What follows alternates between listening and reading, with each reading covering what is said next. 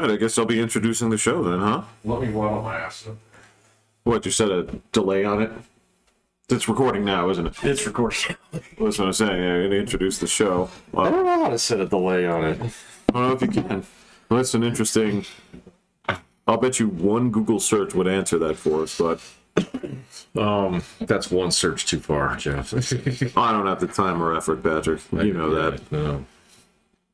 Well, I'm Pat. I'm Jeffrey. There's no William. That's a possibility. It's just a question of whether or not we were actually paying attention. He might be. He might be. If Your dog will detect him before we do. We have a surprise guest if that ends up being the case. Yeah, fair. What's going on, buddy? How you doing? Oh, not too bad. I'm actually tired tonight. Do tell. I don't know, man. I just had a full week work, and I don't think I slept too well last night. And so tonight, do podcasts, drink coffee, go home, shove some Oreos in my face, and go to bed. That's you. Oh, thank you. Well, that's good broadcasting right there. Is catching that sneeze. So, well, Patrick, I mean, if that closes off another perfect week for you, then it's all good. it's been a pretty good week. Yeah. So, but yeah, Because you're back in the thick of it now, yeah? yeah. Back at work. So. Does it I got a feel pretty choice schedule though. This like all my shit's in the afternoon or early evening. Yeah. So yeah, it's not bad at all. Like there's not a day where I have to be down there before 1 o'clock.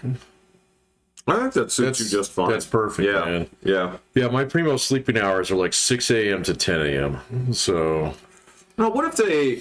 Okay, I don't know if there's any university that does this. I don't know if it's a good idea or not, but... do they have classes that go until, like, midnight until, like, 1 in the morning for people that... I've never seen one. I haven't either. Yeah. You know? So if The you... latest I've seen him is 10. 10 was always the cut. Like, Yeah, everybody they gets out ended of 10. 10, yeah. Right? So I don't know. I don't know if... we've talked about this. We've talked about the way the world changed in terms of... basically accommodating different schedules. Basically, like... So I was having this talk with a Polish student of mine, right? And I Like guess... actually in Poland, or okay, cool. And I guess Poland is one of those places where still to this day, Sunday is Sunday, and Sunday is off. Off, Yeah. right? And, that was where the question came in. It was like, do people complain about, the McDonald's not being open, or not being able to do this, or if they have to call into something, do they complain about that? He's like, no, because we're all off. I'm like, so what do you do, right? And this is the thing is, we've kind of evolved. So Saturdays, Sundays off, forget about it, right? Just in terms of general American culture, yeah. If you get them, you get them. Well, if you do, right? But we expect Target to be open. right. Yeah. And we expect things to be open later hours, right? Yeah, sure. 2 shifts minimum, right? Yeah, well, that's like true for Friday and Saturday. Yeah. That's like most of your restaurants stay open like 2 hours later and shit. Yeah, there's not really a day where everything's just shuttered down. No, a lot of people get upset that banks are closed on Sundays, Yeah, well, they've like alleviated that with the ATMs and all the things. Oh, they have. They have. And I mean, like, when do you actually go to a bank anymore? I went to get my credit card reissued. As did I. Yeah, I never that's had about mine. Yeah, mine didn't arrive in the mail, so I Yeah. had to get a new one. Yeah. Well, they got a hold of my wife's account, so. Oh, okay. Well, that's different. Yeah. No, I'm sorry. Oh, it's okay. We get all the money back. Oh my God. It's because the bank is cool, man. Our bank is cool, at least. No, it's just it's identity theft. You It gotta take a different approach on things, Yeah, well, they all have insurance for that shit, too. Uh-huh. Stuff. So, yeah, I don't know, though, man. Like, other countries, like, I'll have to ask. I know, like, yeah, that's not a thing in Asian countries. No. No. Well, I mean, yes and no. Well, there's, like, holidays where they shut down. Well, there's a lot of stuff where you're just, when it's done at night, basically like the night industry opens up and that's it. Right. Yeah. But the daytime industry, forget about it. It's you don't run 24 hours a day. No. That's ridiculous. No, you got to get your groceries by a certain time. Yeah. Yeah. But then the bars open up. So, Yep. yeah. Yep. Yeah. No, I've heard, I've heard it's kind of like that in England too. So, Is it? Well, not so much. I mean, the bars are open way late, but Probably open. yeah, but like your grocery store shuts down. So, you don't have like, Yeah. And that's if you're not actually going down to the actual, like, market. yeah, if there is still one. Which they're still doing a lot of places of Europe. Yeah. I don't know. But I don't know. I like America. If I want a cheeseburger, I want to. That's the thing. I just sit there, I'm complaining about it, but I benefited from it. So if I was really opposed to it, I would have to be a person that draws a line in the sand and says, I will not eat anything out past 8 p.m. Yeah.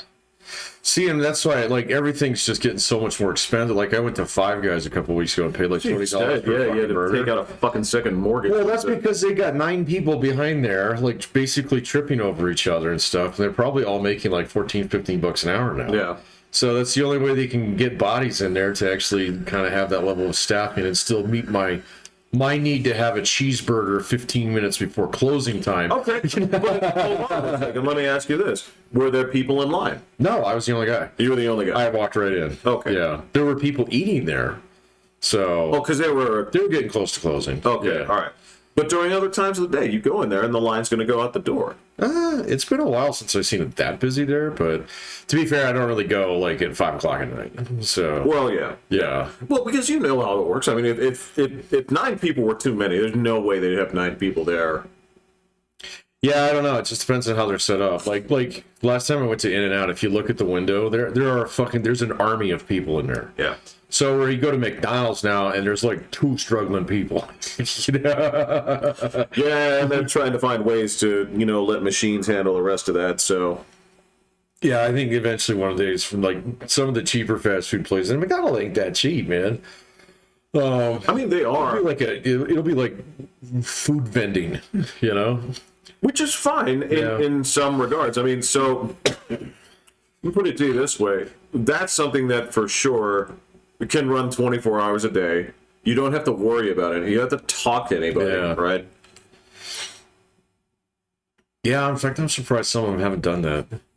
Where you just walk up to the counter and there's like bins where you just like, oh, there's a chicken sandwich, I'm going to take that. And then you have to like swipe your card or some shit. And then they just fill it up on the back end. Don't even fuck with you as a customer. So I don't know. The ones that they have there now, they actually they cook it to order, but it's automated. I haven't seen too much of that. It's not here. It's I saw they just started Castle rolling them out. Yeah. Oh, okay. Yeah, I saw White Castle with like this robotic arm that was flipping burgers and stuff. Yeah, that's fine. Like this was something that Will brought up the other day when we were talking about the bitch-made motherfuckers that are sitting there complaining about, like, I can't believe art's being done, by machines now. There's no soul left. Oh my god. It's so much fun to punch shit in there, though. Well, it is. And fuck these people, where it's like, and you were the guys first screaming about everybody in Indianapolis and all these other places, like, oh man, so you can't manufacture air conditioners here anymore. Oh, okay. Well, I went to college at Caltech, So you're the first guys calling people out, like, saying you're obsolete. Well, guess what? And this is the thing, Will was saying, he was like, he was talking about, is this the automation that, puts an end to employment? I'm like, no way. No way. It was like, why? I was like, well, because every time that we've had basically revolutions in labor, it's always created way fucking more jobs than it's ever cost.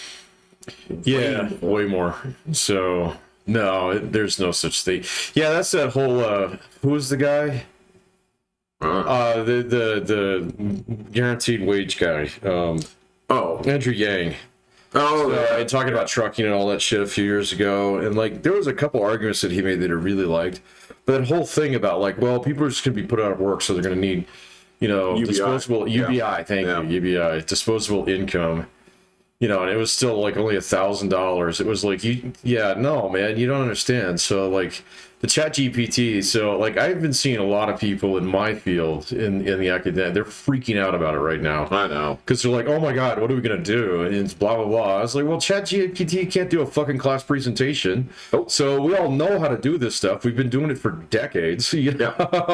So it won't do a group discussion for you that's in class. Look, it's basically it's like I was telling when they basically like program the simulators in the planes basically to square off against each other in dogfights. The automated ones won every time, as long as everything went within what was programmed. Right? But as soon as a variable came up that it couldn't account for, a human pilot can say, well, it's kind of like this, or it's not like this, and they would either crash or they would turn around and fucking blow the thing away, right? And that's abort, retry. I mean, that's the thing. That's the difference, because it can only do exactly what you programmed it within the field of variability that you've given it. Right? Well, and if ChatGPT is pulling from the entire internet as field of variability, of course, it's always going to gravitate towards the most popular answers. Of course, so. It just does, like, I actually have run a couple things through it. It's kind of interesting. So, but it's like, okay, so let me run a piece of my dissertation through. It's not even fucking close. So, kind of thing. Right. So anything that requires, like, original thought. So, like, even the stuff that we've been doing on the pictures in here, it's great shit, okay? Yeah. But how many times do we have to download something? All the faces are all fucked up and stuff because it just doesn't know what it's doing, kind of thing. Or this isn't really a dog, it's a spider, but it's kind of a spider dog. It is. But you have to get, basically at this point, you'd be getting so analogous that essentially what you're doing is you're making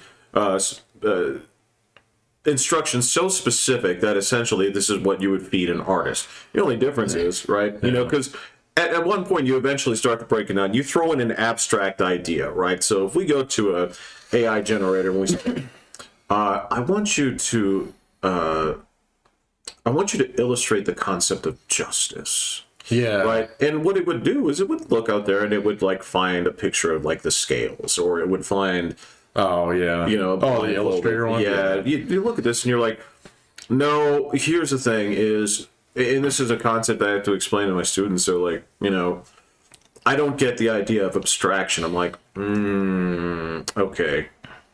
Gotcha. It would help you with that. Well, it would, but it's the whole thing where you're looking at something that is not a clearly defined image, but to you get that feeling to come across, right? Whereas in order to get that, you'd basically have to feed the machine exactly what you want. Right? You would do this in an abstract version, but not too close where you could see the justice, but it is justice, right? And you would get some interesting results, but at the same time, right, you're asking another person to go completely interpretive. Yeah, you're baking too much variance into the cake. So, like, the one thing that I did find that's interesting, I was thinking about this, because I get this buddy at work, and he's got this idea to build a website, and I'm like, dude, that's like so 1992. So, kind of thing, and it'll do all these things and stuff, blah, blah, blah, and it's like, okay, I get it, well, everybody does apps now, and kind of things, but it's all his stuff that he's doing is just information retrieval. This is going to destroy shit like that. So I've actually got some of the stuff, and I was like, the other day, just out of curiosity, I was like, why did the Germans lose World War II? Oh, so 4 pages. So it was beautiful. Really, it was gorgeous. Was it accurate? Yeah, it was very accurate. Okay. That's because it can pull from a lot of source material on that. Okay. And so anything out there that actually has a decent body of research or writing or whatever, and it wasn't even like. It didn't even have any of the weird conspiracy shit in there and stuff, So again, drawing into Hitler's missing a testicle. Hitler's lone nut was never mentioned. All right. Yeah, so the fact that he was ridden with syphilis and on all kinds of beta blockers or whatever he was on. Didn't even come up, man. So, but it was actually a really good summary. I was like, that's pretty fucking impressive. And so I was like, well, wait a minute. I don't need Wikipedia now. do I? Oh. Yeah. Do I need a lot of extra websites when I literally have the actual Ask Jeeves going on now? Well, especially since The way that we wanted it to be. yeah, especially since Wikipedia is a fucking partisan hack job now. At this point. It's no, man. It really depends on what you're looking at. Yes, I understand, Yeah. but basically the things that would have strong political leanings have been infiltrated by those people who have strong political. Yeah.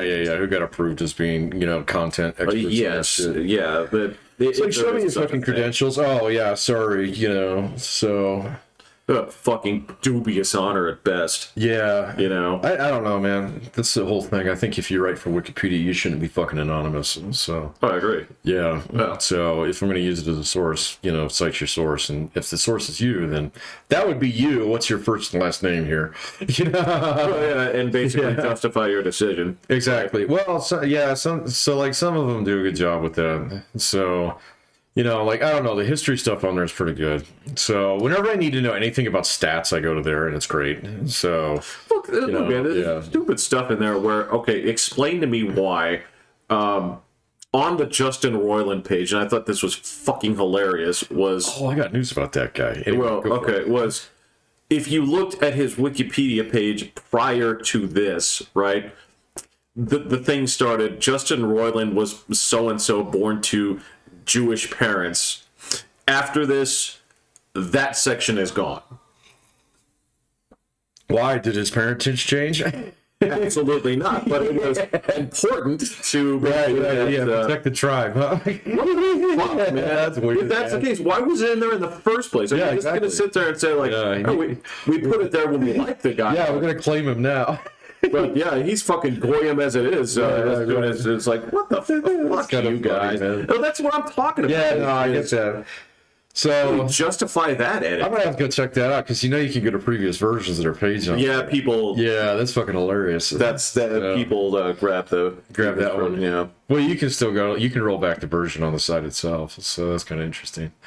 Anyway, so we were talking the other day about that show getting canceled. What the fuck they're gonna do? Did you see what Adult Swim was kind of doing on that? There are a fucking million TikTok videos out there of people with. Basically, yeah. Yeah, and they say, okay, well, we're just gonna fan source this, and they've been like, dude, they're brilliant. So apparently, that guy's voice is not that hard to duplicate. I guess, man. So why pay this guy all this money when we could just get some internet guy?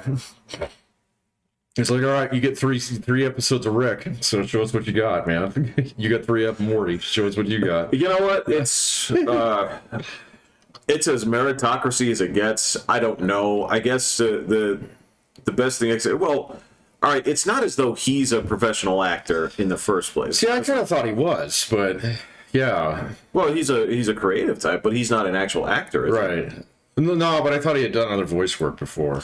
Oh, that I don't remember. I don't know how deep that goes. I know he's worked on other projects and stuff, like he's famous on other shows, but I guess the thing is, so like I've pointed this out before, and this is sort of well documented, is when you go out there and you have TV shows or movies or something like that, where you have celebrities come in and basically do voice work, they don't really sound that great because that's not their deal, right? Right, yeah.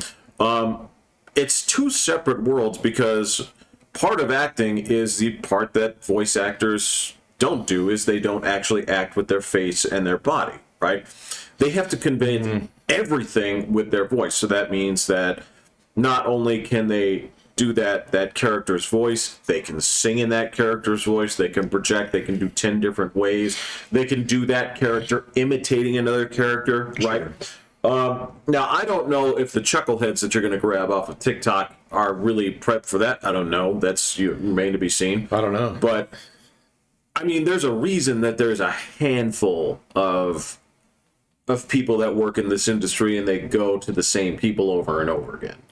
Yeah, I think having one guy do multiple voices like he was doing them was asking for trouble. And so, I mean, you got some diehard professionals out there who can do that, or they'll spread, the same voice across multiple shows kind of thing. That's fine.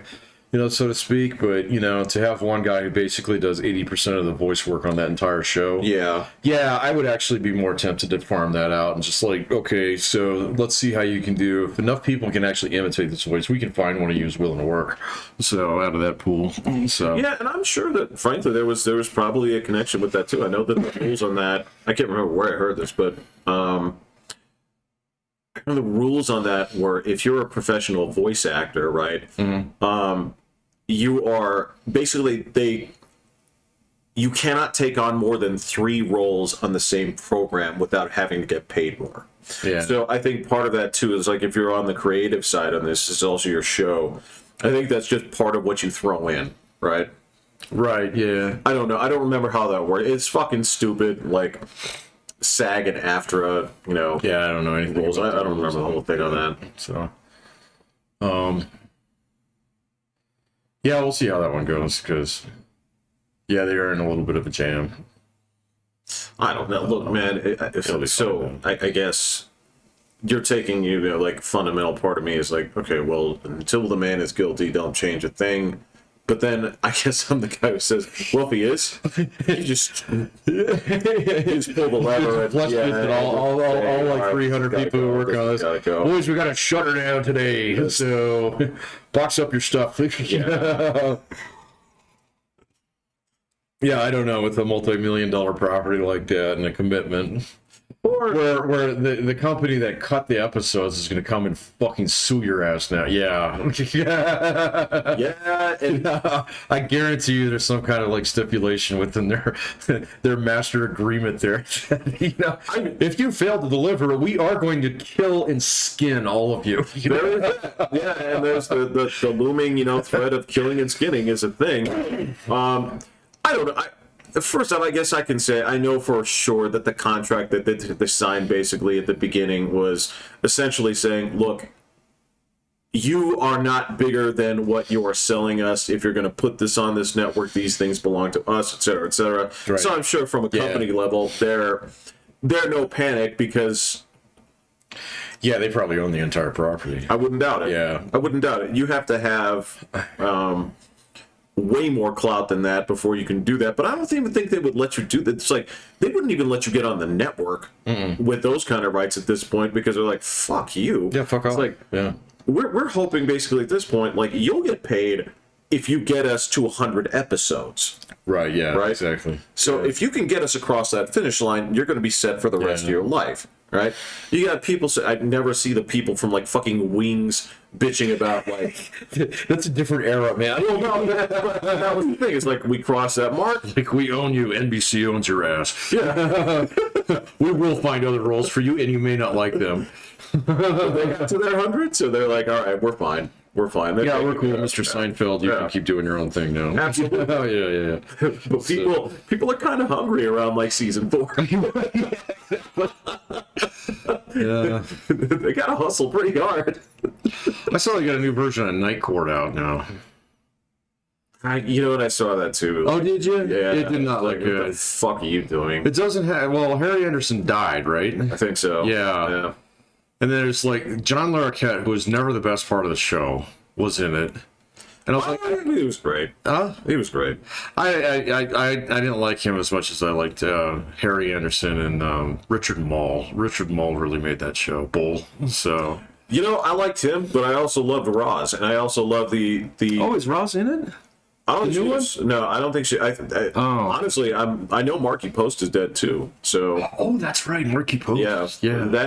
That old cast is done. Yeah. Okay. Except for Richard Mall, I think he's still alive. Yeah, but he refused to do it. He said he'd never do a relaunch of it. But so. I don't blame him. Yeah, well, I guess apparently John Larroquette was hungry. Well, you got to drive the Brinks truck to somebody's house. If you're going to pick anybody, it's probably him. Yeah. I never had a problem with it. I thought he was good with that ensemble of people. Yeah, me too. Right? Yeah, he did the show after that on his own. That was not that good. The John Larroquette. Yeah, that's right. It was really originally titled. Yeah. It was exactly as advertised. Yeah. It was exactly. You're right. All right.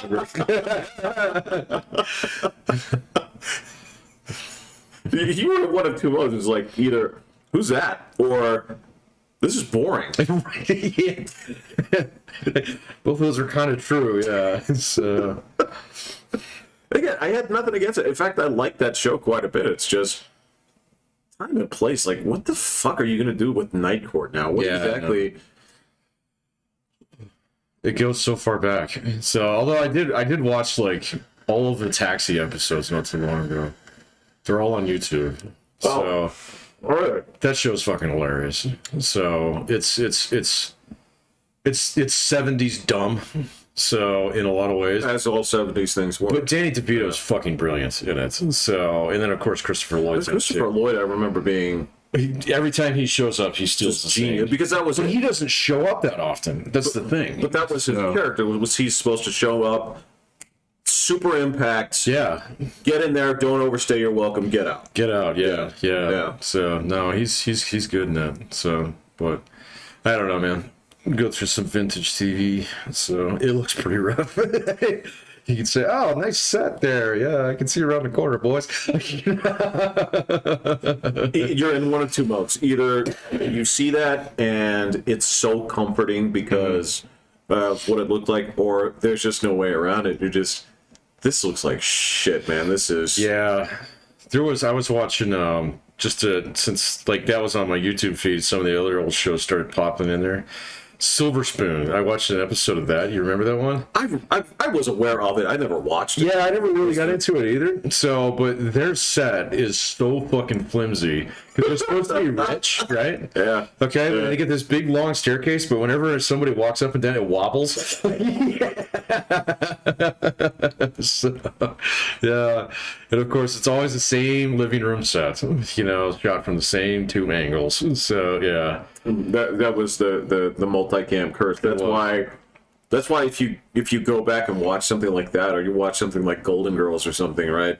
The shows feel fucking claustrophobic because yes, you have these people living in Florida, but it's almost like they're imprisoned in this. In a two-room house, Yeah. the living room and the kitchen, yeah. Yes. And then the front entryway, every now and then made a guest appearance, yeah. Yeah, I know exactly what They you're had to talking like film in New Jersey or something because Yeah. like we don't have this. Well, no, it was a kitchen set. It was on wheels. You just turn it around. It is. That's kind of why like that multicam shit like kind of gets to me now is I mean, I understand. Don't get me wrong. It's not like we're talking about something that they didn't, work on, right? I would say the one that felt like the most open area of those things, it actually felt like an open room because it was Cheers. And Oh, yeah. and that was an actual like full bar set, Yeah, it right? was. And they would make sure that they had a full like depth of field where you could see customers in the back, Yeah. the middle ground, the foreground, right? And occasionally, they would Pool room. the pool room, yeah, which very special episode. But every now and then they'd have to throw darts or something in there to like settle the score or something. And The Office. The Office, yeah. You know what? I'm going to give some props to Frasier on this one. Frasier's apartment was actually pretty well done. So, because Yeah. remember, it would Yeah. go in different pans. So you'd have the city skyscape or the front door. Yeah. And then you could see into his kitchen. And then you could see directly when you were in the kitchen, you could see everything that was outside of it. I can give you that. Yeah, that absolutely. one was actually well done. The only thing you couldn't see was his bedroom. So, And that's fine, right? right, but you knew where it was. So yeah, no, I give some credit to that show too. But yeah, you know what I'm talking about. There's the same, like if you go to it, like the Huxtable house feels It's weird. claustrophobic, growing pains, all these shows where Home Improvement, yeah. Home Improvement, yeah, and to that, I mean, they did have kind of a deep set, which I did appreciate, where like they came in on the entry. I don't know what you call it. What do they call it? Where you know the building term of this, where when you walk in, it's exactly one step above. Oh yeah, it's like a threshold or something. Or like a landing way. I don't remember. landing, Is it a yeah, yeah, landing? it's a landing, Okay. yeah. So they had like a landing over there, and they had multiple dimensions so that you could see people like developing the background. But Yeah. I don't know. The most of them just had that same, like you said, living room and kitchen. Right, yeah, and the occasional guest bedroom, or whatever. Yeah. Yeah. the backyard terrace, which your grass looks a lot like AstroTurf. Of course, then you had the occasional shows where the setting was a school, right? And you'd get in there and you'd say, why don't you ever go to any class but this one? Oh, right, yeah. Exactly. Did you have any other instructor? You were in high school. Yeah. What was the show? There was a show where like all three of the kids kept going to the same classroom. They would just change the decorate. I think that was the one with Urkel. What was it called? Family Matters? I think that was Family Matters. So, because you go and you'd see Robbie's classroom every now and then. So, Robbie? No, what was the older kid? Eddie. Thank you. Yeah, Eddie. And so it's the older kid, then Urkel, and then the young girl. Laura. Yeah. And then the youngest girl, who I can't remember the name of. Oh, yeah. So, yeah, I'm sorry, your memory's better from that shit than mine is. Oh, I wasn't. I didn't. But I do remember, like, they would have, like, regular visits to the school. And it was always the same because it had like these lattice windows in the back. Yeah. That's what I'm because why does this keep popping up? Yeah. So it was like, oh, your room has a globe in it. Got it. Yours has ABCs. Got it. Yeah, I mean, that was I remember. What was it, Boy Meets World? It was, when you were saying 3 kids, I was thinking of that at first. It was like, you only have one instructor, Mr. Feeney. Like, oh, right. Like, this is ridiculous. You go through 7 classes a day. Yeah. No, classic TV was different, man. So I don't miss it. I mean, there are things that I do miss when it comes to. There is a polish that they had, right? Where there were some base expectations. And I know that when it came to talent, yes, they were spreading a little bit too much talent over too little bread, just because that's the way it was. Yeah. Right? And now you're seeing the opposite of, like, wow, man. Oh, yeah. You guys have more TV than you have guys that can actually make it. Yeah, the denominator has increased exponentially. Yeah. It was different when everything was actually filmed in 30 Rock. So he'd be like, one guy owns this building. And he expects, Mr. Rockefeller expects. Oh my God, it's the old building. It's oh, right, yeah. They talk about like how back in the day those people would be celebrities. Right. Yeah. Lee Iacocca. You know?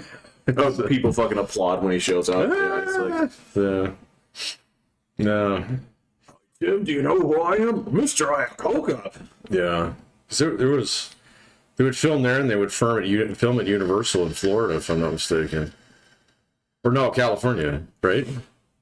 I presume so. Well, the Tonight Show was an NBC show, but it was always filmed in California. So. Oh, right. Yeah. So. You know, they would have to, right? Because they had such a big staple of shows that were happening in California back in the day. Like half of their like cop shows and stuff were in California. Yeah. Or New York. Well, that's why I said half. Oh, I got you. Yeah. None took place in Missouri. What were the one? No, none of them place in Missouri. So I can't remember one off the top of my head that was California. I remember like L.A. Law. L.A. Law. Okay. Yeah. But like the Heat of the Night wasn't filmed there. No, but I presume that all of like I doubt Magnum P.I. was actually filmed in Florida. I doubt it was. It was actually filmed in Florida. I thought it was Hawaii, but. There is no way they would have filmed in Hawaii. But it was definitely like, it wasn't California. I read that somewhere. I think it was actually filmed in Hawaii. And they paid for that? Apparently, when they were making that show, Hawaii wasn't exactly like, $14 cheeseburger territory. Well, we're fucking $14 cheeseburger territory now. So, Come film in Colorado. Yeah. You have one set. You have a set. Yeah. It's a little house on beach. Well, it doesn't matter, man. Everything, frankly, everything I'm seeing here is everything's filmed in Atlanta anyway. Yeah. And my understanding is that's great because supposedly Atlanta has everything. It has a little bit of everything. Every kind of angle. They're in Toronto. There's 2 places where Well, it's because you get those credits in Toronto, don't you? The government. Oh, that too. But Toronto just has a lot of varied. You can get every kind of look. It's the same way that they have in Atlanta. I guess Atlanta. So the story was, so for outdoor scenes they have a lot of everything. But I guess Atlanta at one point, their market changed just at the right time for courting like film companies because. For them, I guess a whole lot of it used to be like a super hub for shipping. Atlanta? Which would make sense. Yeah, I suppose. But so that started dispersing, and so there ended up being huge warehouses available, which they have now turned into studio sets. Yeah, sound stages. Yeah. That makes sense. Okay. Yeah. And I guess Georgia is much less expensive to film in than any part of California, any part of New York. I know. Yeah.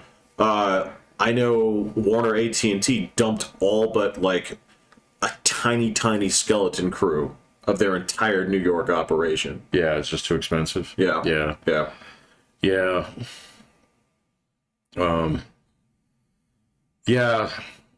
This is like, listen to radio the other day, people complaining about rents there, and it was like, holy fucking shit, move. Where, in California? No, well, I've heard that one too, but in California, mostly it's not necessarily rent. You know, it's more so along the lines of it's impossible to fucking buy a house. So, where, you know, you can't, here, I'll get up, man. Okay. I got you. We're in New York, you can't, you know. There are no houses to buy. So, where? In New York. Which part? New York City. Oh, yeah. Oh, do you want some milk? No, I'm fine. Okay. You get the press back, yeah. Yeah, last time around, all I had left was the, I don't know. The can. The pouch. The pouch that didn't get drank for reasons. But, okay. Yeah. Well, yeah, there's no houses out there.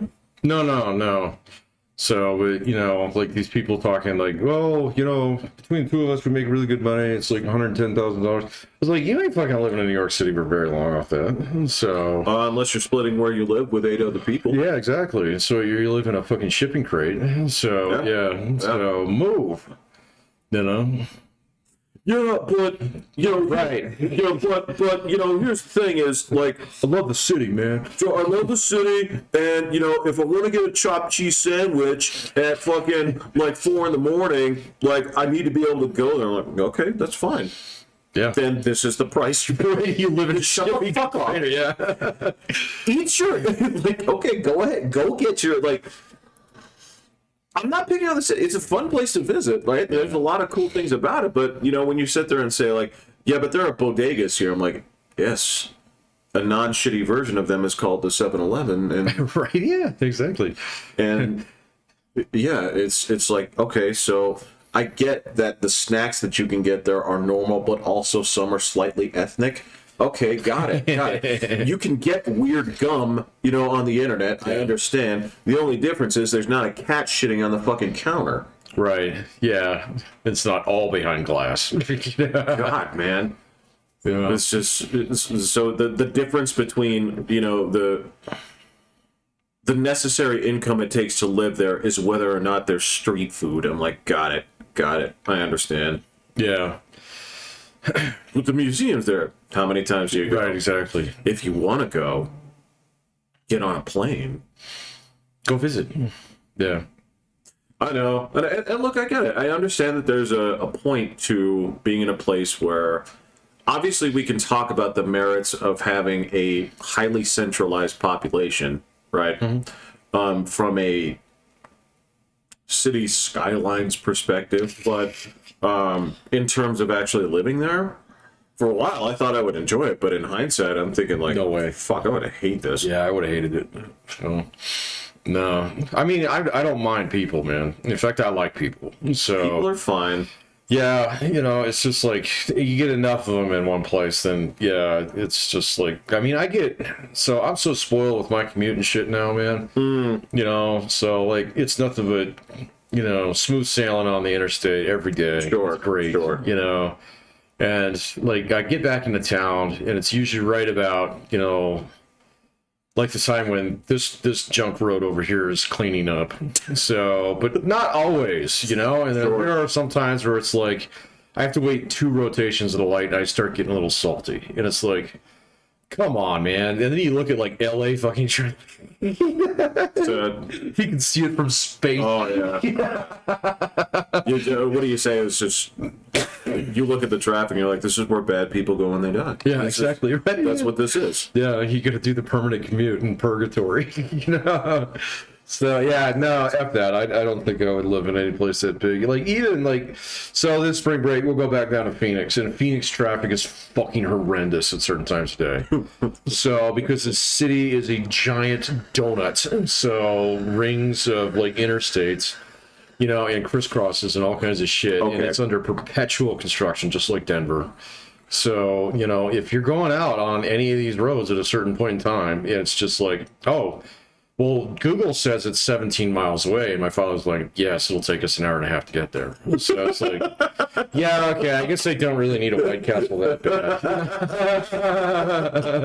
So, But we used to have like a 1-for-1 metric where it's like, well, that place is 17 miles away. Okay, then it'll take me 17 minutes to get there. right, yeah, exactly. What the? Speed limit 60, right? Check my math. You know? Are there no stops? Yeah, I still get to account for that because I'm going to go 65 here, and then I'm going to come to a stop, but that's okay. I'm going to speed up to 70 here to make up for the difference. Yeah, We'll be there in 17 in minutes. 17 minutes. It never works out, man. So, No, and that's fine. Yeah. That's fine. Like, I can sit here and complain about certain, like, problem areas here in the Springs, but really, it's... it's not bad. Well, you have choices. You can sit there and say, all right, I can go through this and I can cuss a little bit, which is fine because everybody's entitled to do this. Yeah, when sure. you're on the second, cycle of lights, especially if said second cycle was preventable. Like if you saw a guy and you can literally see him launching, birds from his phone when the turn signal goes, and you're like, oh my fucking, I'm gonna kill somebody. Kill you. You know. That's why they missed the light. Okay, I got it. If it's just, traffic is mopped up here, in the spot that it is, you have a couple of choices. I know it's happening, okay? Mm-hmm. Or you can say, can I come here at a later time? Is there anything I can do to adjust the time I'm here? Because what I can say is about all these cities, all the streets here, they all have a busy time, they all have a downtime. Yeah, that's true. And if you have any choice in the matter, then you can straighten that out. Yeah. Right? Or you could pick one of the other ones. So Yes. like Yes. like everybody like I remember growing up, it's like, oh, stay off Academy. I fucking love Academy now, man. So, it's just smooth sailing. I mean, yeah, you hit like 30 fucking stoplights, but they're actually not poorly timed too. So, and you can get like all the way up here, all the way down south, where it hits I-25 in about 15 minutes. So, it's not bad. And it goes right through town. Yep. Yeah. Whereas, I can remember all those years where, look, man, you're not going to make it in this city unless you know how to work Rangewood. Right, yeah, exactly. Like, tell me more. Tell me more. Right? Where does Templeton Gap exactly go? Why is it actually 2 streets? Well, the locals versus the fucking townies, Townies. if they call it T-Gap versus Templeton. Oh, yeah, T-Gap. Yeah. So, yeah. Oh, dude, I remember for a time, there was a point where people would be like, in like little whispers, right? It's like, there's this road, right? Over there. You have to go a little bit further out to get there, right? But the reward is so much like what? It's like a street called Mark Shuff. It's a street called Mark Shuffle. It's a secret. Don't tell anybody. It's like, it's so deserted we actually race cars on it. Like, you're kidding me. Yeah. You can get anywhere from the bottom of Platte to the top of Woodman in seconds, depending on how fast you're willing to go. Used to be my dad's secret sauce when he had Air Force weekends. So, yeah. So yeah, I do miss, like, do understand that Google Maps. This is like eliminating the whole city thing. There was a time when Secret Sauce Road gatekeeping was like a point of honor, man. Yeah. When you'd be able to tell a friend, "Don't go this way," but I know you want to go. Don't go this way. Yeah. Right.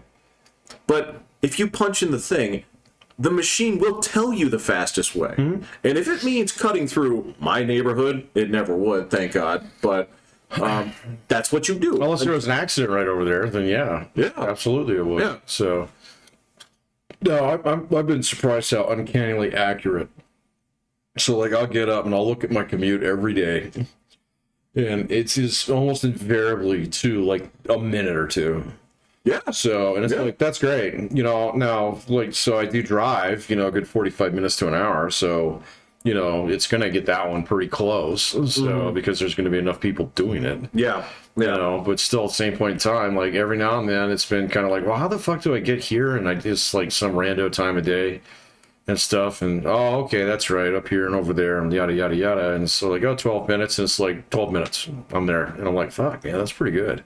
So It's pretty amazing. Yeah, it's pretty good. Yeah. So I remember one time I had to take my brother to Denver for something. I think it was the airport, right? And then when I came back, the whole highway was shut down because of an entire like huge accident, right? Yeah. And there were signs all over and things that didn't really say where to get. I remember getting lost, right?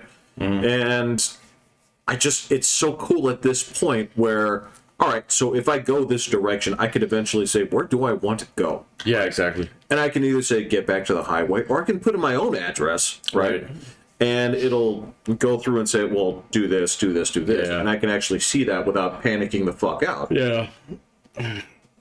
I don't know. I'm the guy who just decides to, like, if I get stuck in an accident on the interstate, I'm just like, fuck it. Whatever. What's on the radio? What do you want? Yeah, exactly. So, because, like, a few times, like, it happens a few times every semester where there's something fucking gnarly on the interstate. It's gonna happen. So, and it's just like, okay, I'm not going anywhere. Or, no, I'm not making it to work on time today. So, fuck it. Whatever. But I see so many people just try and squirrel out, especially if it's before Fort Carson. Okay? Because people down there are like, oh, fuck, I got to get on post otherwise. Oh, yeah. Sergeant's going to have my ass. And so I'm this week. I know, and I see people do dangerous shit down there. So, trying to get to work on time, I was like, dude, bro, just get up 5 minutes earlier. I know this is simple life shit, and you've probably been told that a million times, but fucking do it. For them, I understand that because that's the life you've chosen. There are people that have to be there on time. Yeah. And I understand that. Yeah. Right? And for those people, it's like, yeah, get up a few minutes earlier, right? Your phone. For the rest of us, right, we are in positions where we can't account. Look, guys, I don't mathematically every day account for a gravel truck. I don't. Yeah. I don't account on one taking the turn too hard, right? Because it doesn't happen every day. Building a new speed bump. Right. I-25. I know, and I refuse to, right? So if I'm late every 3 weeks or 3 months or whatever, right? Late. That's just going to happen. just it. Now, those other guys, sure, I understand, because, you're not here at 7:55. Yeah. Work starts at 8, you're late. Yeah. We don't want you setting up your workstation at 8 o'clock. We want you ready to work at 8 o'clock. Yeah. Like, You know what? The school districts have been getting a little bit more lax about that lately, too. So, yeah. about late policy and things like that. And that's because they're having such issues with busing right now. So, Oh, really? yeah, well, they pay their bus drivers shit, and, unemployment's at a record low. So, especially here in town. It is really low here in town. So that, like, almost every, I wouldn't say daily, but at least 2 or 3 times a week, I'm getting texts from, like, my daughter's schools, like, bus this and this are delayed due to, it's like nothing. It's like today, sunny and yada, yada, yada, and it's like, well, what the fuck is going on, and then they send out these things. You're like, do you know anybody who wants to be a bus driver? It's like, I see the problem. Oh my God. In fact, D20 next fall. I heard this on a radio the other day on KRDO, so News Radio 13. Wow. Ooh, fancy. Yeah. So they have the shittiest antenna. It's great. So Yeah, whenever they try and do something off-site, it sounds like hot garbage. Oh, okay. Yeah, so like, you know, I mean, our sound quality, mwah.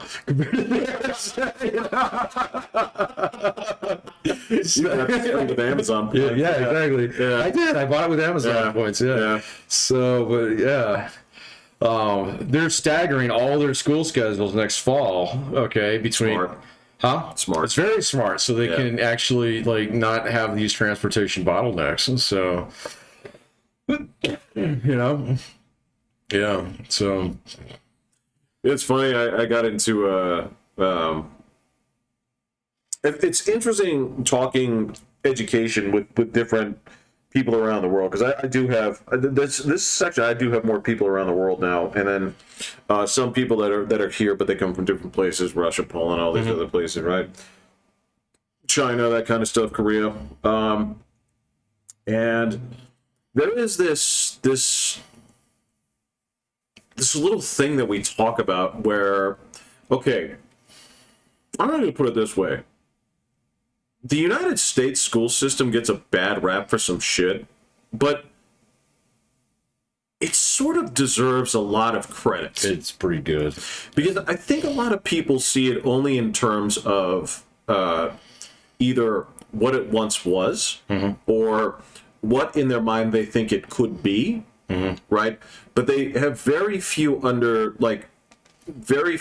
little tolerance to understand what it is. Right. And I talk shit about it all the time, and I think it's fair. I think any system that you look at here, especially if you pay for it, if you're on the hook for it, you should always be critical of it. Right. Yeah, sure. But that doesn't mean that you discount the victories that come with it. Right. Yeah, it's better than people think it is, especially if you look at it as a whole. So now, of course, so like when I used to teach classes on education, I used to compare it to the pyramids. So it looks like shit. It looks like hot shit when you're standing next to it. And so,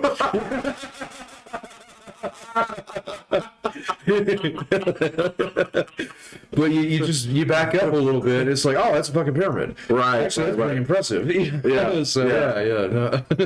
Well, it was funny because I had a chance to talk about the gulags. The if I had my Your dream, gulags? yes, my gulags, to a person that fled the Soviet Union, taught in Israel, right, and I came here, and I was talking about the gulags, and what was funny is she was like, "You're disgusting." I was like, "What?" Direct quote. It was something along those lines, right? Basically, like it was something along the lines of just absolutely tyrannical. I'm like, what? It was like, you know, I thought you of all people would appreciate this. Your system is pretty Stalinist, man. Yeah. What was funny is she's like, no, what are you talking about? And she's like, you don't understand. American schools, right? They already are a disciplinary gulag compared to where I come from. I'm like, you're kidding me. Yeah, that's not what I would expect. She said, especially Israeli schools. She's like, this is that over here. Yeah. It's like this is it's a lockdown.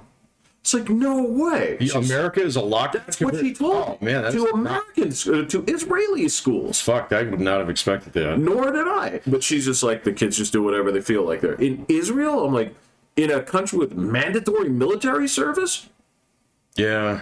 It's like, oh, yeah. To be fair, I've heard that about European schools. So, that, you know, like... So, I've had a bunch of German students over the years, and they speak fondly of their high schools, and, you know, but they get tracked at a certain age, you know? I've got track students now, yeah. Yeah, so they get tracked at a certain age, and then, it's just kind of like, all right, so you know you're on a conveyor belt, so we're going to make it as painless as possible. You know, you got to be here, so you might as well be happy. Here's your good lunch. You know, the South Korean system of, like, death by homework doesn't exist. So, you know, and so, but, you know, the interesting thing is it works because I see students come from Europe over here. I wouldn't say they're the most creative people, but they definitely put out quality work. So, and they have a different openness, I would say. Yeah, they do. Right. Yeah. Which doesn't always translate into creativity, but like when it comes to malleability, when it comes to working in group environments. Oh, they're very good at that. Yeah. See, so like my Asian students, my Chinese students in particular, they refuse to work with other people. They will work with themselves. So Right. and their kin. And I've seen like Korean students and things like that. They're kind of like, oh, well, I'll be the person in the group who, does the recording or whatever. Right. So, Do you need any math done? right, exactly. I'll do the bookkeeping. Yes. So I've seen that. So, but the European students are kind of like a little bit more egalitarian. So in terms of how they approach things. Well, and the funny thing is, let me put it to you. All right, you've done some hiring, right? Those are the kind of people that you want to hire in terms of I actually want you on a team because you're not going to piss anybody off. Right. I don't want you to rock the boat. Yeah. They're not going to do that. So, yeah. No, it's different. You like the more international students I teach, and I have quite a few this semester. Do you? Yeah. They come back? They're all from England. So this time is fucking weird. Okay, I've got like 9 students in one class who are all from all over the UK. And in the past, I've only had like 1 or 2 over the last like 7 years that were, well, maybe like 4 total. And they were kind of all spread out. And so having a group of them together is great. So in fact, I made 2 of them honorary Americans the other day. So What was their merit? So one of them showed up with a Bass Pro hat.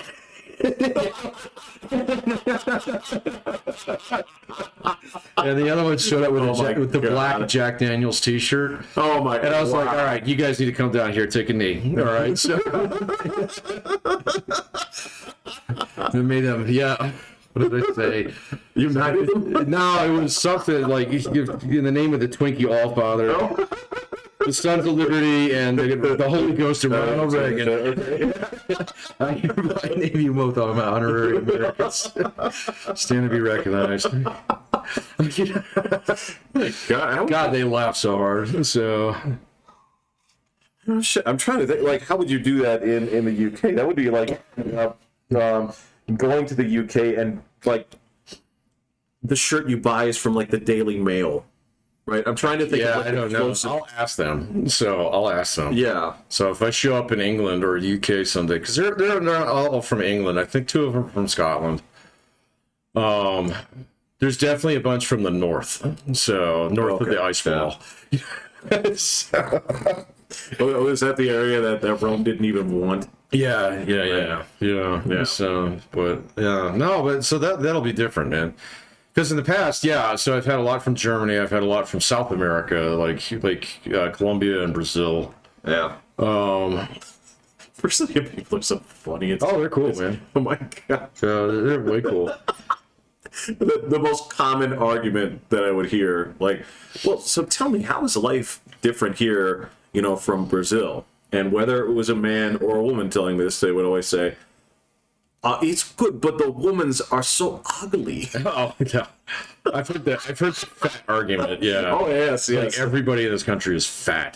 So, But you're always going to hear like an incorrect plural, where it's just like the women's are so fat. God, okay, I heard a really interesting argument the other day that I hadn't heard before, and I don't know if this is actually true. So I was going to ask you if you had heard this too.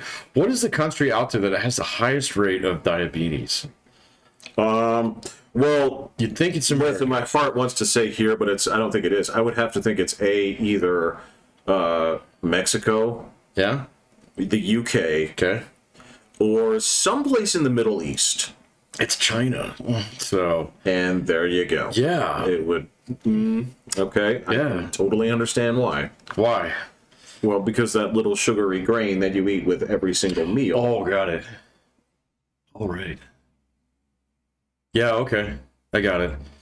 So, I guess the argument that I saw was that they don't actually have a hospital system there. Well, they have, like, if you're sick, you go to the hospital.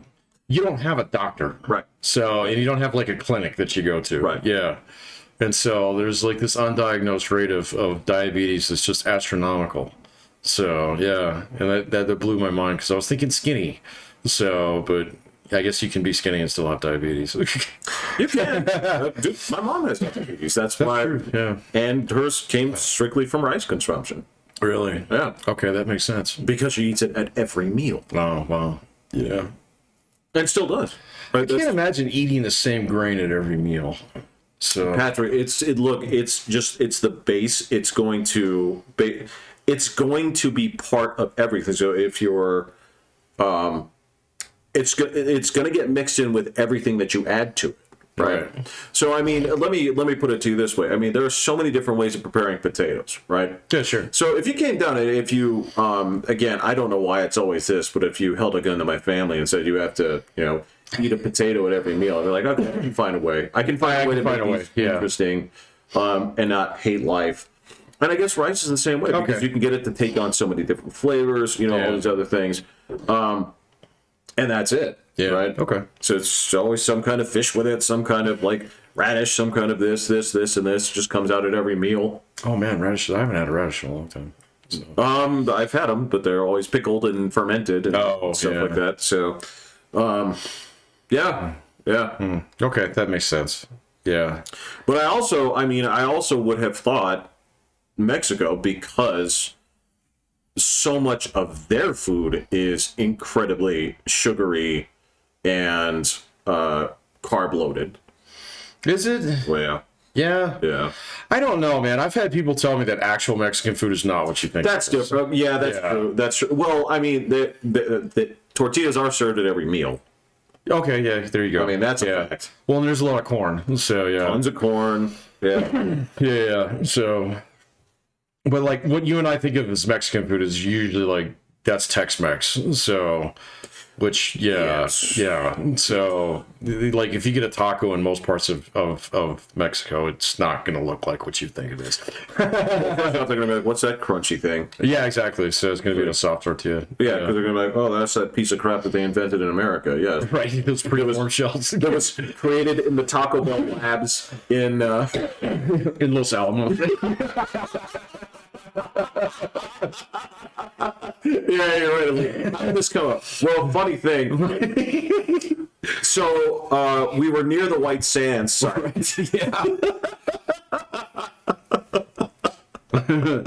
Yeah. So I get it. What happens when you dry tortillas with atomic radiation? Oh, dude, the same thing. I've had genuine, actual Chinese food once. I wanted to barf. I've heard that too, man. So I've heard that, like, well, actually, I think the China show guys were talking about that. Like, there are things that they'll serve you in China, like in a hot pot and stuff, that you don't want to know what it is, man. So, and then, like, yeah, they would say, well, because there was something they were droning on about something a couple weeks ago. I can't remember what it was, but it had to do with like. So these covert Chinese police stations that are all over the world. So have actually been like reaching out to, expats in their area, trying to get them to go back into China. So they're trying to get all the Chinese, what is it called, diaspora or whatever, to come back. If you want to call it that. I don't know the technical term for it. Because in the United States, we're the only country that calls people expats. So, yeah. Really? Yeah, we are. Yeah. No shit. Yeah, no. Yeah, so I don't... It's such a good term. Well, it's expatriate. Yeah. So I don't know, man. Apparently Americans are patriots. But they spell it differently. Well, it's PAT. Right, but RIATE. Patriot? It's not expatriate. Oh, yeah, you're right. Patriot. Yeah. AT. I don't know. Yeah. So, yeah, I don't know. But, Wow, okay. yeah, apparently we're the only country that officially calls them that. So, yeah. I didn't know that. Yeah, no, I can't remember where I heard that now. I'd like to verify it. So, but anyway, so they were like, one of the arguments is like, oh, you missed the food and stuff. And it was Winston who was saying, it was like, the Chinese food in America is way fucking better. Well, I had it, yeah. And to be honest, like, the only thing I can say about it is it tasted dirty. It tasted, well, because everything was super, like, earthy. It was super, all right, and fuck this. All right, I'm just going to throw this out there. When it comes down to it, the fine people at the, I don't know, the Panda Express factory and... in Hoboken. Well, yeah. Szechuan, New Jersey. Those people have distilled the things that you would enjoy, and they've come up and say like, what flavors do you actually like? I mean, they did. Sure. They took a Twinkie mentality to a foreign food, like we do with all things, right? Yeah. And they said, like, how can we distill this in a way that people actually want to eat it, but still sort of maintain a couple of things? So it's like, yeah, okay, I get it. But yeah, it tasted like really. There were roots and there were like leaves and I couldn't tell you what they were. Right. Where did you have this? I knew a Chinese kid in high school. Oh, really? Yeah. So his parents were making it. Yeah. Oh, wow. Yeah. But because that was the thing. It's like, that's not Chinese food. I'm like. Of course, me being at the time, I was like, well, then, yes, let me sample from your culture, please. And I'm glad I did it, but, you know, they do, okay, so this is another weird thing is, there is, you know this, you know how this works, there's a very different standard for sweets around the entire country. Oh, absolutely. Right. Every student from overseas has said that you cannot believe how sweet things are here. It's insane. Peanut butter, bread, ketchup. Wasn't that was the shit that Subway got rung up on?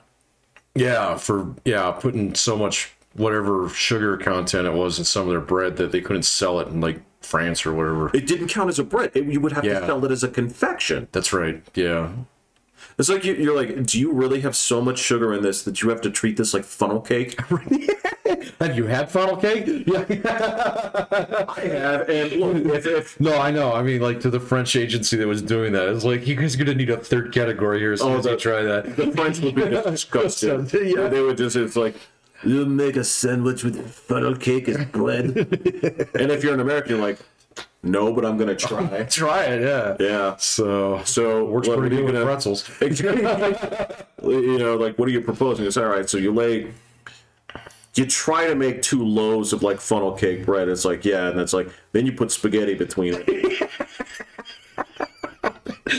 Slice of ham. Oh, you're from Ohio? It's called a Cincinnati funnel cake. Dude, yeah, I'm gonna say the line at Cincinnati Subway is just. There's this guy that I watch on YouTube. He's this big fat tattooed guy who does cooking shows. And every third word out of his mouth is fucking, stuff like. He's great. Okay. He made a traditional buffalo garbage plate. So. Oh boy! Wow! God, it's disgusting. You're talking about the one that's actually piled like this high. Yeah. It's literally like a bundt cake, just made out of meat and cheese. What the fuck, man? So, and he's a really good, like, renowned chef and stuff like that. He owns all these restaurants in Canada. Oh, okay. But he does a little YouTube channel that's a lot of fun, where he just makes weird rando bullshit like that. That's like regional food. Or, like, here's, like, he's got some on there where he shows you how to make classic stuff, too. Okay, yeah. But, like, I had heard of such a monstrosity. I had not seen one before. And, man, I was getting heartburned, like, 5 minutes into that video. So, yeah. But also, I was kind of like, I kind of want a piece of that. Well, and this is the thing, is... All right. So... I guess a lot of this depends on where you were raised and what you were raised to eat, right? And there's this concept, like, because you've done this now, you've gone to a few. I don't mean just nice restaurants. I mean actually upscale, like real, sure, meaningful dining, right? And so there's this thing when you think about like kings and queens of old, and they talk about like, oh, it's a 4-course meal, right? You think about this, and you have this image of your mind of like the fattest people and they're bringing them like a whole like cod, and and you're picturing people that who is it, Mr. Creosote, that basically in order to keep eating they have to clean it out, right? But when you actually go to fine dining establishments, I'm sorry, but when you go to when you actually do this and you see that, they joke about it, it's like your portions of the spig. Yeah, exactly. Right? Yeah. Because yes, they may be, super dense in calories or things, but you're only supposed to eat like a small part of it, right? It's a tasting experience. Yeah. Now, we don't get that as Americans because you're like, so what would be your 4-course meal? It's like, well, I can eat 2 Big Macs, so course 1 is 2 Big Macs, right? You're like, so what's the second course, right? Well, they come with 2 big fries. Right. Yeah. Exactly. You think they're going to bring you like a whole like you talked about the garbage plate, or somebody comes up to you, like my measurement, like when people would bring you, it's like it's the styrofoam thing full of stuff. Right, yeah. Right? So you got to hold it with 2 hands, one on one on top. It's like the cookout plate. It's the same thing. And no, when you actually sit down, it's like, oh, okay, well, then it's this. It's this much. And you're going to get 4 courses, and it actually takes you on a journey. Yeah. Right? And then they'll come to you, it's like, okay, actually the chef made these today. He wants you to try these. I'm like, just for me? Yeah. Did you know I was coming? It's like, I'm a pretty big wig in Village 7. And, it's exactly, like, they'll come out there. It's like, no, he made these macaroons. He wants you to try them. Like, I would love to try these macarons. I will eat the hell out of these. Okay, now, because I'm an animal, I'm going to eat them like Chips Ahoy. Right? I'm only partially domesticated.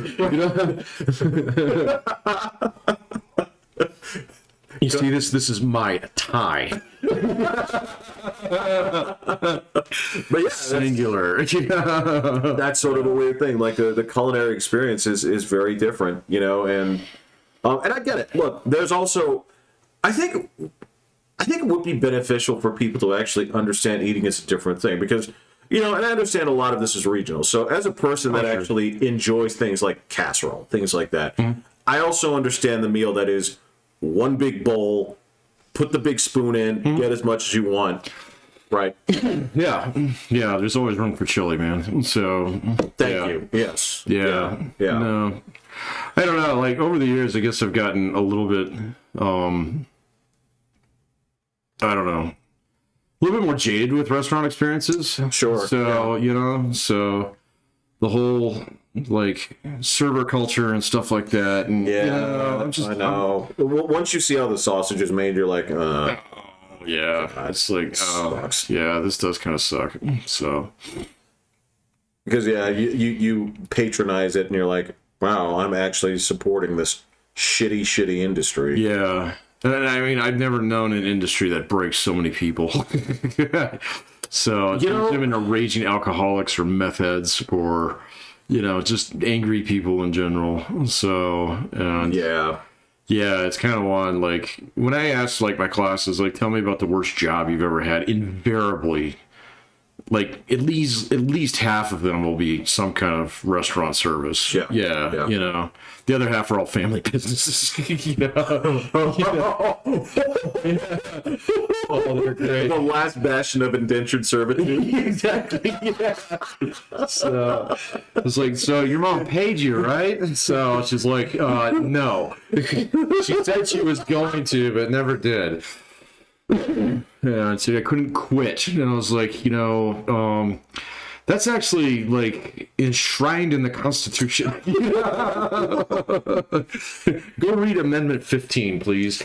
Well, yeah, exactly. You're like, it's almost like the most ugly, stupid micro scale of like The Godfather, where you're like, you take this little like liquor store or this tiny restaurant. It's like, well, yeah, you can have the night off if you want to turn your back on your family. Right. Exactly. Yeah.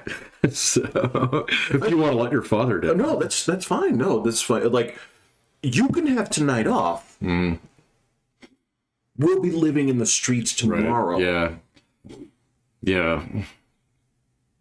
We're just gonna have to give up your sister for adoption. Yeah. Right. Yeah. Mr. O, I said you wanted to be adopted. Is that what you want? Yeah.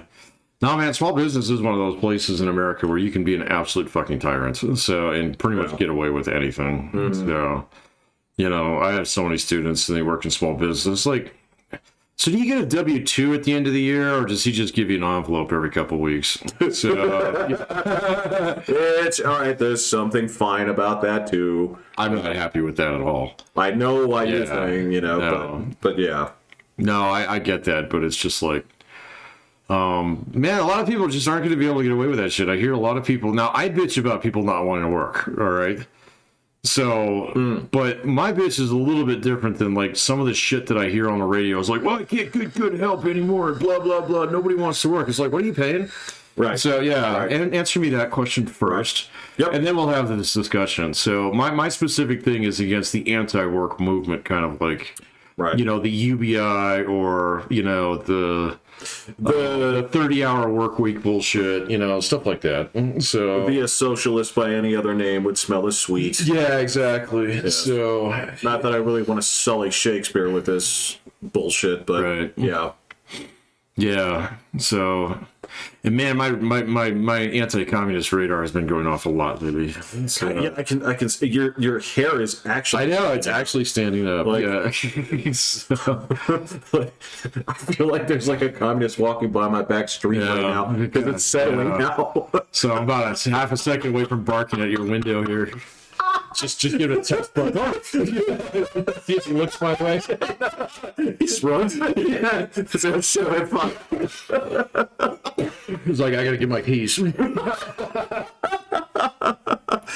No, man, I can't tell you, yeah, because it invariably is going to go to the things that you're like, all right, so if you go into anti-war, how many, you like set the timer, it's like, how many minutes until racism comes up? How many minutes? yeah, military industrial complex. I know that's here your too, hotspot. yeah. That's your. So we're gonna hear that in a minute too. Racism's gonna come up. Anti-Semitism is gonna come up. Institutional something. is going to Institutional come up. something or another Yes. is going to come up. Yeah, workers' rights, labor unions are going to come up. So Do you know what redlining is? yes, of course. Yeah, I Yeah, do. yeah, I'm very familiar. I've seen it happen. Yeah, Yeah, do it absolutely. to you, Yeah. fucking communist. Yeah.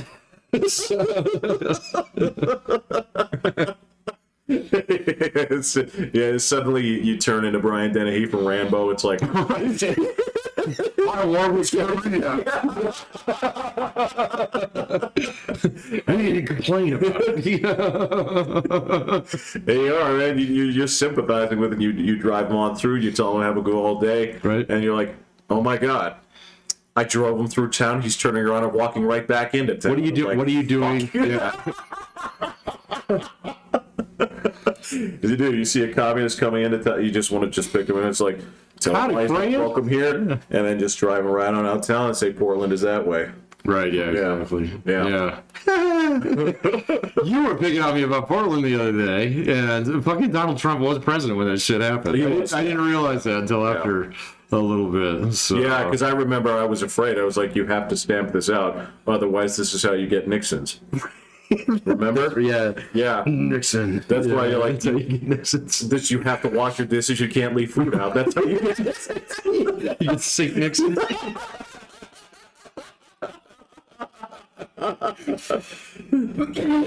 Yeah. Yeah, and I remember that at the time. Afterwards, I had to mentally go back through that one. Yeah, see, I got the years messed up, but you know, you were right because that was during COVID. So, I mean, there was like BLM bullshit going on before then, and it was kind of like a little bit bullshitty at that time too, but not entirely. Like the Eric Gardner one's really fucked up if you actually dive into that one a little bit. Yeah, well, because So- it sucks because there's parts where you say, well, you should have done this, right? Right. But those are the parts like where, yeah, he dinged his head. I'm like, I don't know. Yeah. Like, this is one of those things where just, Speaking of head dings, What? Yeah, go for it. So, well, no, you just look at it like, I can't, like, everybody's wrong here. yeah, And all it took was just for somebody to do something a little bit differently. yeah, And things would have turned out yeah, it would have been fine. Yeah. But yeah, what is the head dinging you? So did you see the Paul Pelosi thing today? Yeah. Oh fuck, man, dude, that motherfucker crazy. He's a little crazier than I thought he was. So yeah, You know, that also, it's very clear that those guys had a pre-existing relationship. you think so? Absolutely. Why do you have to break in then? Well, he didn't. He did break in. No, not break in. You didn't see the one where he's bashing the back window with the hammer? Yes, but the glass is on the outside. Of what? The dude, all right, so Let me put this to you this way. I've never seen a break-in where the victim doesn't put down his drink. What do you mean? Paul Pelosi is holding his Yeah, that's weird. fucking time. Is it a cocktail or is it a glass of water? Dude, that's a cocktail if I've ever seen one. Okay, that would be in the police report then. That'd be interesting. Actually, yeah, I'm pretty sure it was. But Yeah. But he's not even bothered for a significant portion of this. Dude, I don't know how you're getting that, man. I'm kind of freaked out by that and the 911 call. I mean, the hammer thing's just fucking weird. So, Agreed. yeah, but the 911 call, man, I mean, he sounds afraid on that thing. So, and he's like, they almost hang up on his ass, which, he's like, no, I don't know this guy. And the guy's like, yeah, I'm a friend. And he's like, no. He just sounds fucking freaked out to me. So I don't. Yeah, because that's the after, right? That's. So what's your explanation for the break-in thing then, man? So what do you mean glass on the outside? It looks like it's a back patio door or some shit. Yes, the broken glass is on the outside, not the inside. I don't. Yeah, why is that? Because it broke from the inside. Well, who broke it? So my understanding is that they had a tussle for it, right? So if you're going to break A tussle for what? for the hammer, In front of the cops or in the back door? so like with the break-in where they're saying the entry point, right? Okay, this is the weird thing. The entry point where the glass is broken, okay? Yeah. The broken glass is on the outside. Yeah. Right. When you're going to enter, okay, you break the glass falls inside because you're on the outside going in. But there's the video of him breaking in from the outside. Right, but there's also like a wrestling. There's like a remember because this is when the cops get there. No, this is before. Well, there's that. Okay, but there's also the body cam footage of when the cops show up. Yeah. So that's the whole thing where like he just takes that fucking holy swing after him. Yeah. After the cops flash the flashlights on it, but I mean, you've seen the one where the dude is breaking in from the terrace outside into. I saw the cop one. There's another one. Okay, I'll look at the other one. But yeah, it's pretty clear that from that, they have a pre-existing relationship. I don't know about that, man, because that dude fucking has to hammer on that back door for about 30 seconds to get in, and there's glass flying everywhere, which it looks like flies, but then like Fox actually said that it's glass, so. But it's glass. Well, it looks like flies though, man. But I've watched that one. It's weird. So the dude clearly broke in. So Yeah. Okay, but again, from the outside. yes, but Yeah. But this is like the discussion they had was that he said he was going to kneecap Nancy and all this other stuff. I mean, look, again, you're not wandering around with a drink in your hand, right? Yeah. Like that's the thing. He's completely calm in certain parts of this. Like I don't know if that's a cocktail though, man. So, well, it would be in the police report. So I'm pretty sure it is. Okay. Yeah, I'll go look at it. Pretty sure it is. Yeah. I mean, it's really not that far off from that super nasty DUI he had either. But that just No, that's true. That's disappeared, like right? a month and a half. Yeah. Well, no, that was like during the summer, wasn't it? I don't remember. Yeah, it was something like that. Yeah. No, Fox has got the full one of him breaking in the back and up on their side. In fact, that's where I saw it. So, yeah, you want to check that one out. So, the dude is clearly... I mean, he's got this fucking huge backpack with a bedroll. I don't understand what that is about, man.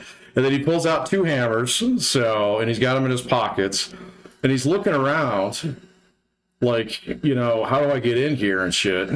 And so, like, the amazing thing for me is that goes for about 4 minutes before he starts pounding on shit. And he's just out there, And so, obviously, these cameras aren't motion censored or monitored or anything, man. And that's fucking weird, man. So, now I've heard in the past that it's like, okay, so if she's not there, the Secret Service actually doesn't protect the house. So, okay.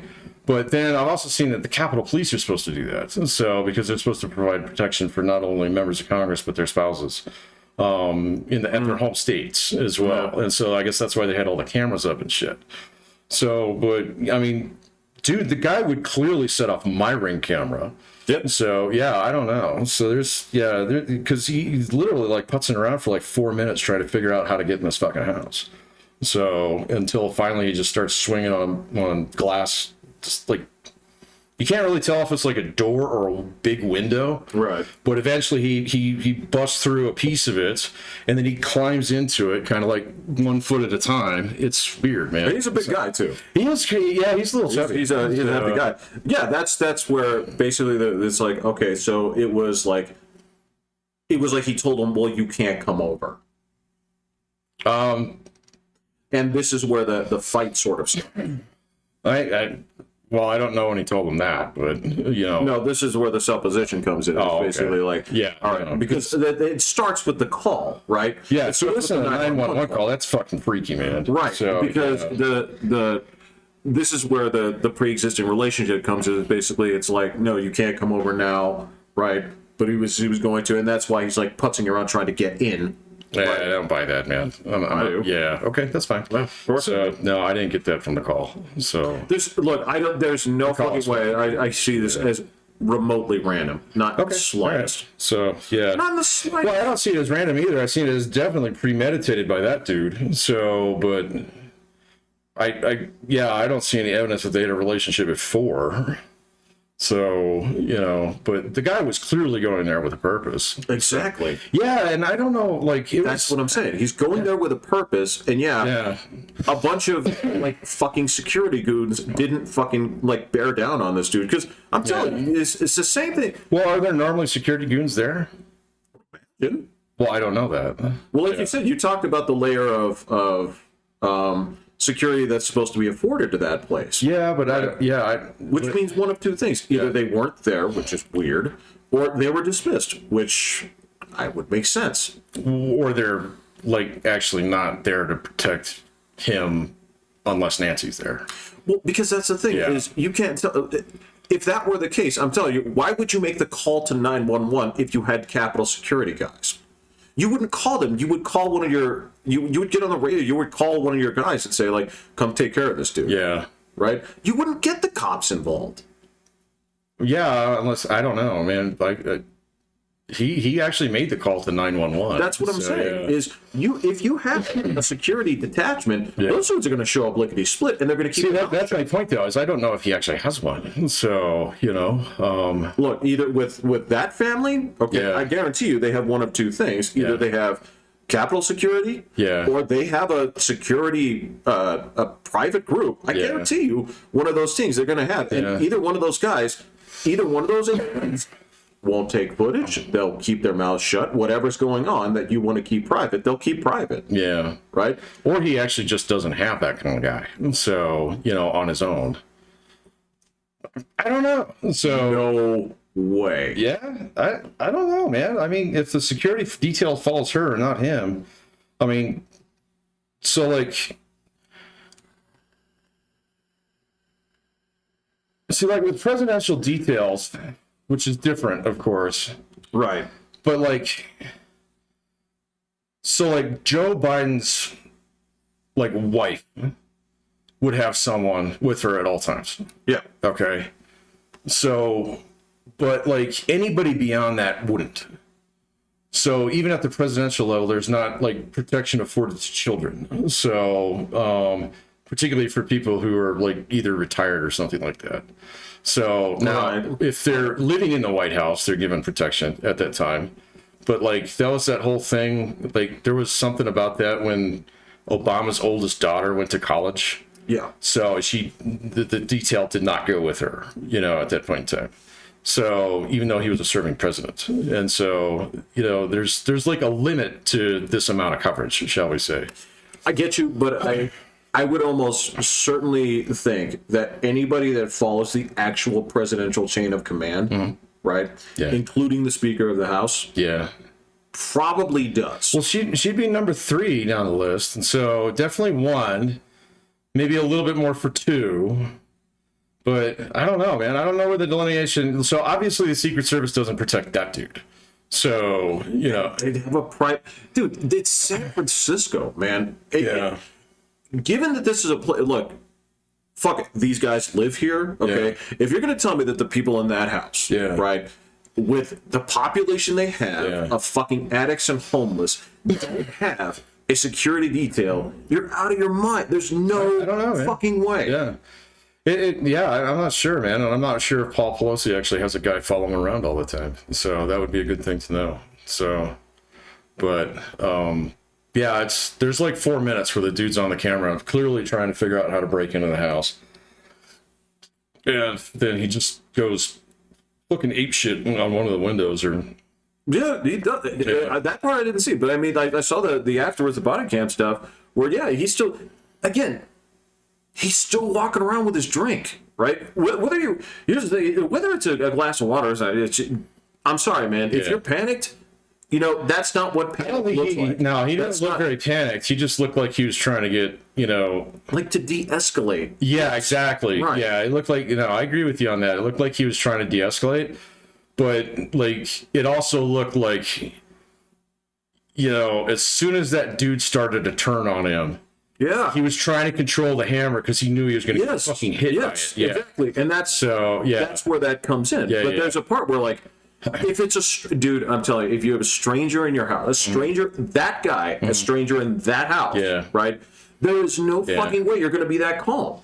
Well, I like him on the 911 call. He doesn't sound terribly calm. He sounds terrified, but he also sounds like I need you guys to come here, kind of thing. And so, like, I think he I don't know. He just sounds like fucking scared because the guy could go off and hammer him any minute. Yes, but that's the thing. So, if it's somebody that you know but you don't want there, that's a different story. That's a de-escalate. Yeah. Kind of that was the impression that I was getting from the door cam or the body cam. So, but it's almost like on the call he's trying to talk in code to get the cops to be there. Right. And so, it might be like one of those things where, like, the dude only let him call, thinking that it was like, oh, let me call my wife and get her home. And so it's one of these secret 911 calls. Yes.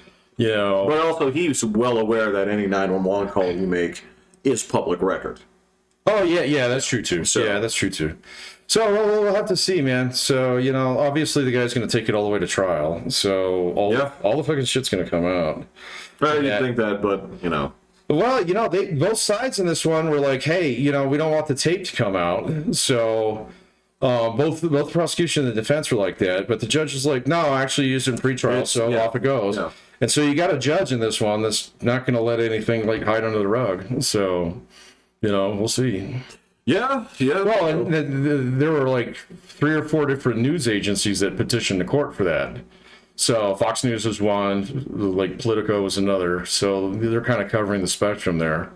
And the judge was like, yeah, here you go. So, That's the right call. Yeah, no, I agree. It is. So it'll come out. But it was just like, it was like that hit my shit this afternoon. And honestly, that's like the first like real political news I've really seen over the course of the last week that was all of a sudden it lit up every one of the buttons. You know what I mean? So. Well, okay. So the other one, Okay, there is one other one, but go for it. No, you go for it. You talking about the COVID one, the Pfizer one? No, I haven't seen that. Oh, so again, this was another one of the Project Veritas stings where they had one of the Pfizer guys talk about essentially mutating the COVID-19 virus. Okay. Right? For what purpose? For the purpose of vaccinating it. Oh, okay. They don't have enough money already. Well, I mean, this is sort of it, right? That's. Who are the guys who make the Paxlovid? Is that Pfizer? Right offhand, I don't know. Oh, okay. But yeah, he's basically coming clean on this, and then basically after it's revealed that that this is sort of a setup. The dude goes fucking ape shit. You'll have to send that to me. I haven't seen that. Oh, well, this is. Patrick, this is one of the things where it became ridiculous because Google scrubbed it. Oh, okay. Well, I can still find it though, right? Oh, you'll find it. Okay. You just have to do a little bit of searching, but yeah, that's one of those another one of those moments where, guys, you're not doing yourselves any favors by this. No. Like if you think this is a BS setup, fine, let it air out. Yeah. But don't intervene and do this because they literally scrubbed it from their search results and put up like a thing where like, look, information about COVID is changing all the time. It's like, oh man, that shit's up there all over the place now. I just ignore it. It's like, fuck yourself. Yeah. That doesn't have much legs. So I don't think damn, that's like, gonna last fucking- much longer. So Yeah, the ball's rolling now. Yeah, Yeah. And well, speaking of that, so Mr. Musk has gone quiet lately. What's up with that? So you got me. oh, okay. You got me. Maybe he's actually busy. Yeah, my understanding is yes, that's true. But yeah, this is big tech's need a fucking enema in the worst way, and it sounds like they're getting it. They are getting it. So Meta announced a lot more layoffs the other day. They did. Yeah. So there's an interesting lawsuit working its way Microsoft did, through. It might be in California. So, but it's actually the I don't know if it's the that thing that Elizabeth Warren stood up a few years ago. What is it? The CPFB, Consumer Finance Protection Bureau. Oh, It might be the FTC is actually trying to break away Google's ad service from Google. oh yes. Yeah, okay, so you've seen that one too? Yep. That one actually looked really interesting. It might have some teeth behind it. So Google put out a really lukewarm kind of response to it. So it was kind of interesting. It's like, oh, it'll hurt small businesses. Like, so that's what we call a fig leaf. Based on what? Yeah, I know, exactly. So, yeah, exactly. It was like everybody sees through that one, man. So, but no, the only other political news, because I've been doing the thing where I clean my phone daily. So That's what you said. Yeah, it's great because I learn a lot more about sports now. But anyway, the other one that's been going on is that guy in who got elected in Long Island. Oh yeah. Oh yeah. god, dude, that guy's just fun to watch, man. So, the whole thing that came out earlier about him actually being a cross-dresser or something. Yeah. I was like, someone made this shit up. Come on, man. This has got to be an Onion article. Or this is that New Yorker article that you get bombed with every now and then. It's complete and utter bullshit. You know, it's just designed as satire from the ground. I was like, those guys had to write this. And then I'm looking at it, I'm like, oh, fuck, it's true. Sometimes It stinks of being true. yeah, exactly. In a way, I can't. As of right now, it's not. There's just enough overreaction to it for it to have legs. Well, see, and the funny thing is because it fits in this gray zone where neither of one of your extremes wants to hear this fucking argument. So, you know, you've got diehard people who are desperate to hang on to the thin majority that they have in the Republican House. Yes. All right. So, okay, fine. You know, we'll don't worry about that. You know, well, it's not technically illegal to lie on that stuff and stuff. It's like, okay, that's a really thin argument that you're standing on a very narrow perch right there. And then you have this extreme left is like, oh fuck, he's a cross-dresser. He's one of them. He's one of us. He's one of them. Oh my god, we don't know what to do. When you get down to that, because the side that's attacking this should honestly be like, what's the problem? Right? Yeah. It's like, number one is, what's the problem? Number two, why should it be anybody's business? Right. Yeah. It's fucking stupid. Oh yeah, it's the whole thing. Yeah, I was Jewish, and meaning that as a Jew, like I was like not actually saying that I was Jewish. I was saying I was Jew adjacent. Right. By using the same fucking words. Yeah, it's like, no. If you look at the dictionary, it means has qualities of the Jew. Oh my god, it was so thin, man. And then it was funny watching some, because I watch people on both sides of the spectrum that are pretty far out there. I've seen some people really struggle with this one. So, you know, there's guys who want to defend him but can't because of this, and there's other people who want to attack him but they can't because of this, and it's a really kind of sweet spot right now. Dude, look, you're in the same. That is the exact situation right now where it's so how many classified documents are coming out now? All of them. And That's right. That one, the Mike Pence thing hit my thing too. and you're like, so this was the apocalypse 6 months ago. Yeah. And these are, I'm seriously, like, the actual, like, tweets back to back are like, but this is different because he came forward with it. I'm like, No. Dude, what are you talking about? dude, it's like anybody who's making that argument, all right, and I was inclined to make that argument in the beginning until I saw his 60 Minutes interview again, and I was like, oh shit, man, you got God. Oh, he went to the Met. He's just like, how can any person... You got God, man.